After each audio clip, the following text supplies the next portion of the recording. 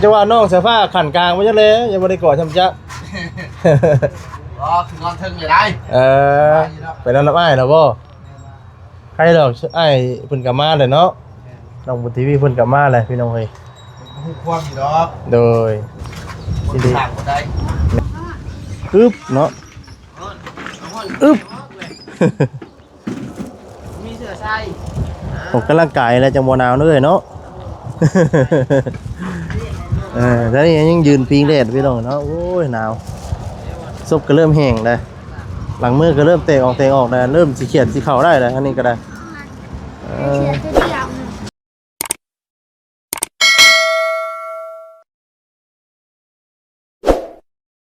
พี่น้องเนาะกราบทักทายสบายดีเด้อสบายดีพ่อแม่พี่น้อง FC กันเบิดสุขุสุคนพี่น้องเนาะพบพอกันคือเก่าพี่น้องเนาะมื้อนี้ก็ได้มาหาน้องบุตรวีกับน้องสายฟ้าพี่น้องเนาะนี่คือบุญเสกบุญแซ่บแท้พี่น้องเนาะเด้อเขาบ่เคยติดตามข่าวเขาก็บ่ค่อยรู้กันใหม่เริ่มครับแบบนี้เป็นยังน่ะถือว่าอีกเพลงนี้ก็ถือว่าแล้วจังสิได้กินข้าวกินน้ำซ้ำปลาพี่น้องเนาะมีแล้วเพิ่นได้ลงก่อนเกียรติจะมีก่อนอยู่เนาะว่าเอาหาก่อนเด้อเพราะนั้นในพอดีไปมันเรื่องช่างพ่อช่างพ่อมีข่าวดีเลยพ่อว่าเล่นกับข้าวนี่นะข้าวว่าโอ้ดีใจนะโอ้ดีใจน้ำเนาะดีใจแล้วแต่เอาจังว่ามันเป็นความจริงนะจ๊ะทุกแหละทุกงาน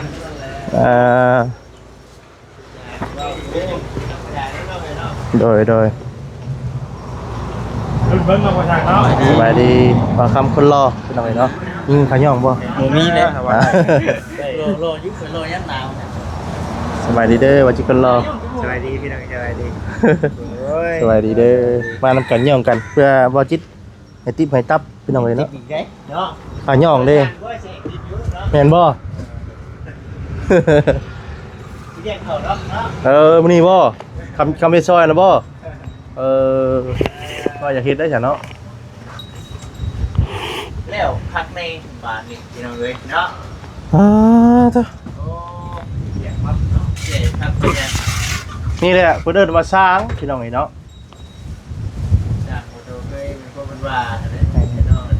แต่ว่าผมเคยเห็นนี่คือว่าเลยแล้วเห็นยังได้ใช่น้ำชาคุณนี่เจคอยปูนครับนาคุณมีว่าก็ได้เลยว่าชื่ออยู่เนาะชื่อคืองูลอยนี่เนาะชื่อคืองูลอยก็อยู่เนี่ยช่างจะเด้อช่างเด้อจะให้เด้อขอบใจบอกว่าไม่ได้หัว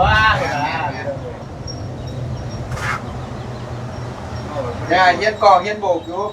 แล้วของตัวเองก็วันตามเนาะเนาะไปนะก็สอนไปน้ำเนาะ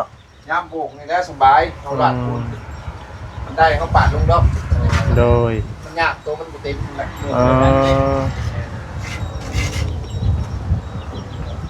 ครับนี่กับแต่ละลังแต่เขาจะช้ำนี่อันนี้โบกมันเต็มช้ำเลยเต็มอย่างเต็มมาแล้วง่ายมันคือห้องไปห้องมัดอะไรเนี่ยห้องบริยินบริยินมีกระดานหน้าดีแค่ครับเนาะมีเพดานเนาะเห็นได้แล้วมีแต่ช่องห้องในพื้นกันดิมีงบต่อใครอยู่เพื่อนจะห้องก็เพื่อนเจ้าน่ะสองห้องเสาเนี่ยแล้วเก่าต้นจังเม็ดพอจังเม็ดห้องทั้งพอช่างเฮ็ดคุดแปดแต่ว่ามันมียุตัวเกาะมันยังบ่ได้เกาะเพราะว่าเขาบ่มีเอาไม้มาเฮ็ดปอกเปลือกเขาซื้อเนาะบ่ได้ขึ้นไปบอลบ่เพื่อนบอลทางเข้าระยะนะโดยยังมาเนาะใช่ป่ะมือว่ามาแม่เล่นเลยเราก็บ่ไว้ในนะห่มแน่เนาะอย่างนี้เย็นไว้เนาะขึ้นแบบช่องหาเลยมือรุ่นเนาะปิดชนิดได้นะถ้าว่าแบบปิดเพดานนี่ยังคักเลย คุณชุยๆเด่น พูดมาเลยพี่ขุตัวนั้นมาเลยขุบอกแต่ขุสบาย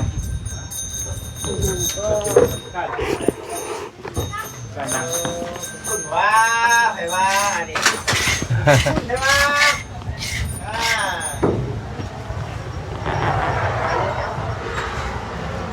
เป็นยังไง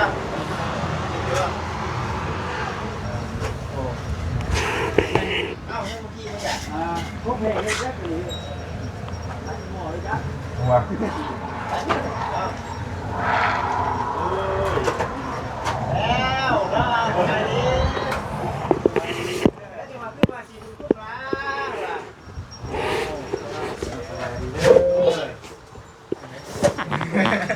หน้าไม่ต้องมาที่ไหนต้องมาบาวี่ซาแนล นอกจากภาพก็รู้กินนี่ก็ที่แต่ว่าไผ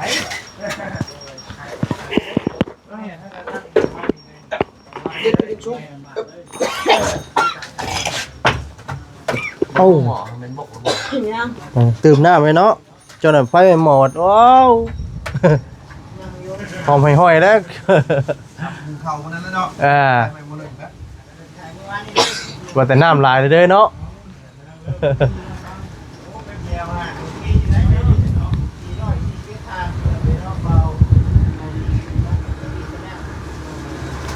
ว้าบาบัดชัยมาในเช้าริมเลย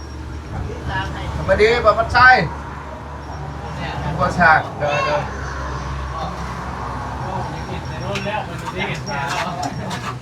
ว่าเจ้าว่าเย็นที่ใหญ่ว่าไม่มันจะง่ายว่ะมันจะว่าคือเราเป็นว่าเล่นเลยมันจะฆ่าตายแล้วไม่อยู่แล้วมันเป็นน้องอยู่เลย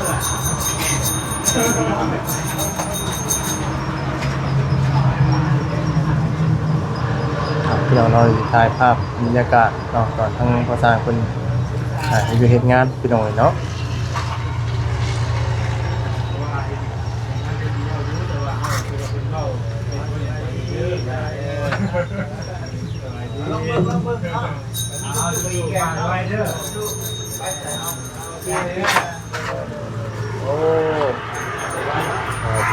อ๋อสบายดีสบายดีโอ้นี่อยู่เจเนาะ ผู้ใดพอดี ตื่นเบิดแล้วบ่ ได้ตกเบิด ตกใจบ่ ตกใจ เฮ้ยมาจากคนมื้อนี้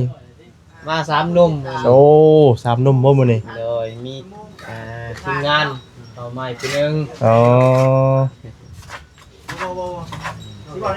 อ้จวดดีเนาะ แม่นแม่น จะพากนะเป็นเรียกให้ไอ้คนเบิ่งนี่เด้อก็คือที่ตามถ้าได้คนพานน้ำเรียกคานบ่มีแล้วบ่บัดเรียบร้อยเนาะ โดย ก็มื้อนี้นี่ห้องนั้นจังหวัดคุ้งบ่จัง ใช่ ห้องนั้นนี่ ให้แล้วสองหลอกเลยมึงเลยใช่ชอบมึงกินเขาแล้ว โดย2หลอก3หลอกตัวนี้เนาะ เนี่ย มันสิแล้ว ยังอยู่ชาม1 2 ชามแบบ เอาไงกะเอาห้องนั้นให้แล้วบ่ งานเน้นนัก นาวมื้อนี้เอาอัด3แล้วเดียวนี่เนาะนาวมื้อนี้3แล้วเนาะคือมาใส่รีเวนงานแท้ใส่ โอ้ตก พากันนอนหนีบ่เมื่อคืนนี่ เนี่ย มือไหวเลยที่บ่นอน ไว้งานไม่งานเลยหลอกไปปลาเนาะผมยันมั่ว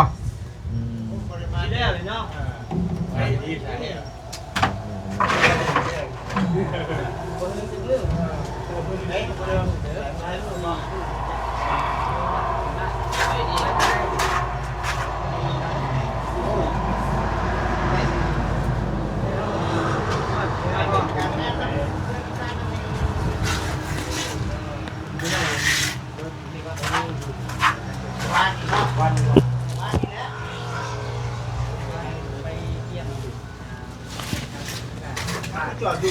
ทำทาง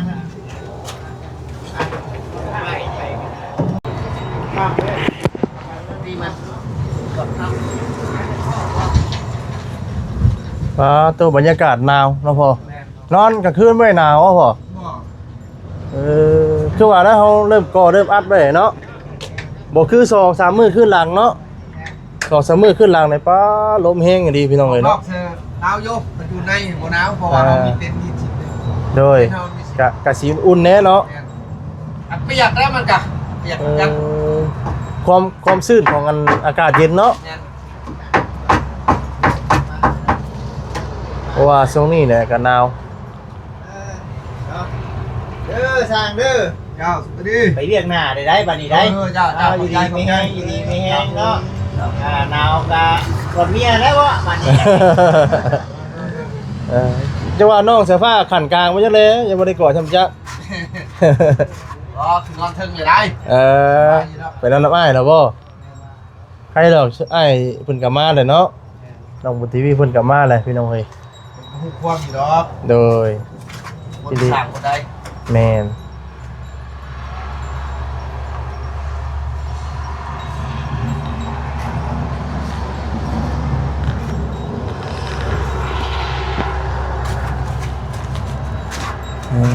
จ้ะพี่น้องเอ้ยแต่ว่าแล้วตอนนี้เนี่ยคือว่าพักยกนะเนาะ ยังมันปูนหมดแล้วเข้าพังกันตัว โอ้ข่าวฟังนั้นต่อเลยคือว่าแล้วขาสิฟ้าไว้กับยันว่ามันเห่งเนาะมันแข็งเนาะ ไม่เห็นมวน เออ มวนเดี๋ยวมันปูน เดี๋ยวแรกขานี่พูดนั่นต่อเลยเนาะอืม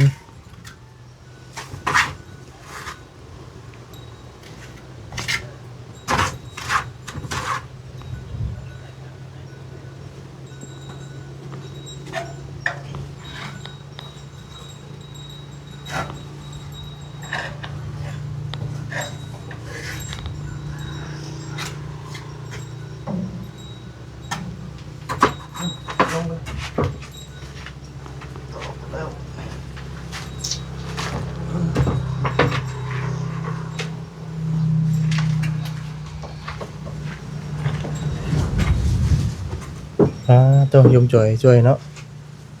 มือพอได้จะได้แก้แบบนี่เนาะ แน่นมือไปซะ อ๋อ แน่นแล้วก่อเลย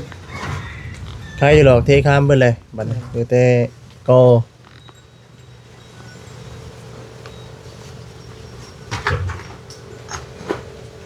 งานสูงเห็ดไม่กูได้ขอเห็ด โดยเอ้าหุยสบายดีน้อง สวัสดี โอ้ถือว่าถึง โอ้ย โอ้ยเนาะ สายผ้าสายมีดเอ้ย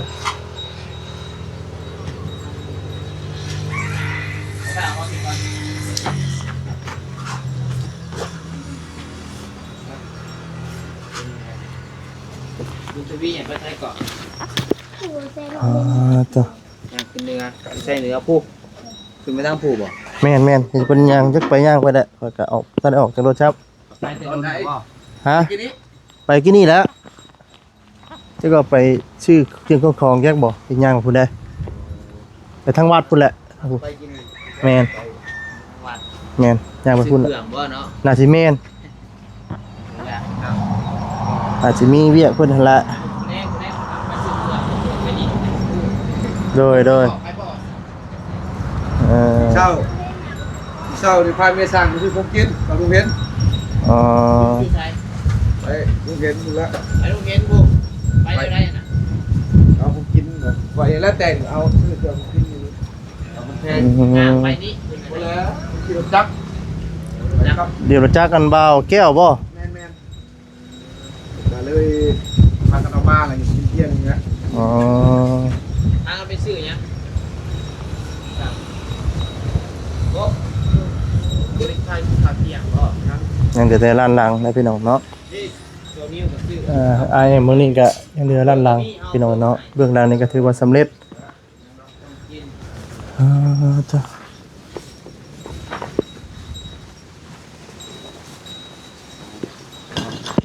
ไอ้แค่คู่มาชุบได้บ่สามก่อนเลยก็แรงคู่เขา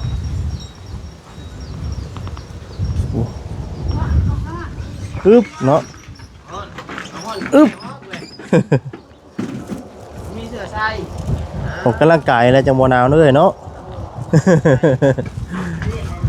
แล้วนี่ยังยืนพิงแดดพี่น้องเนาะโอ้ยหนาวศพก็เริ่มแห้งแล้วหลังมือก็เริ่มเตะออกแล้วเริ่มสีเขียนสีขาวได้แล้วอันนี้ก็ได้เชือตัวเดียว ยังนะอืม แต่ละน้ำก็ใส่หม้อแก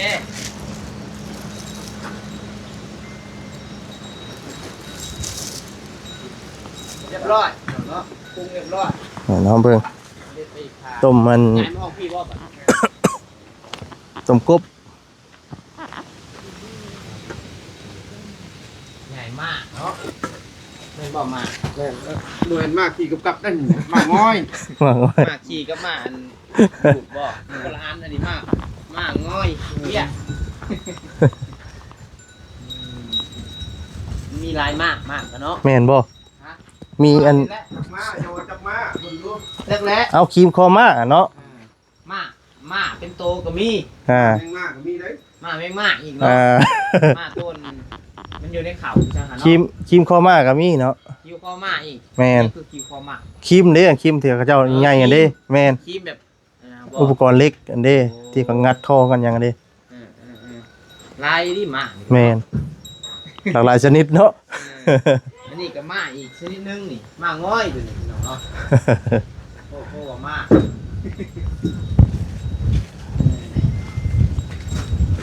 ทางใดก่อนข้างหน้าก่อน โอ้ยตกเด้อเฮ้ยบ่ได้บักละ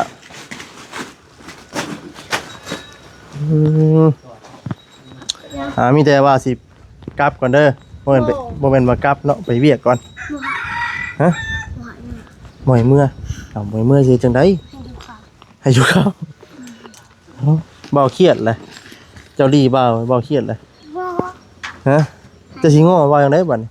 ให้อยู่ ฮะ ให้อยู่ ให้อยู่ ว่าสิไปเวียกก่อนมื้ออื่นเลยว่าสิมาใหม่ บ่ มื้ออื่นว่าสิมาเล่นน้ำใหม่ บ่มือกระยา บ่มื้อก็ยาเอ้าคือว่าไปเมื่อบัดย่าว่าสิไปนี่ไปเวียกนี่บ้านดงกึมนี่ใกล้ๆนี่ บ่เสื้อ เออ ดูคำจึงมาปัดเดียว อ้าวอย่าให้เมื่อไป ไป อยู่หกโมงโหยใต้ไฟอีกบ่ว่าดอแข่งกันอยู่ใต้ไฟอีกเลย พี่น้องเอ๋ยเนาะว่าสิพากันไปเบียกพุ่นแหละไปหาน้องเนี่ยลำคาญพี่น้องเนาะลำคาญชุดใจพี่น้องเอ๋ยเนาะ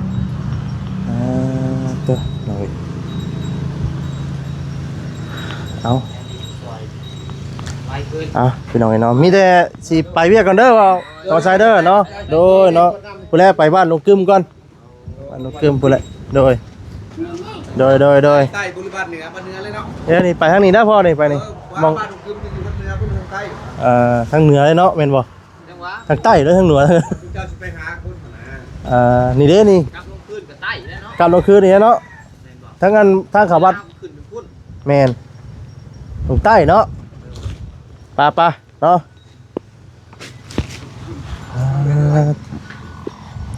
ปสาพี่น้องเนาะมีแต่สิได้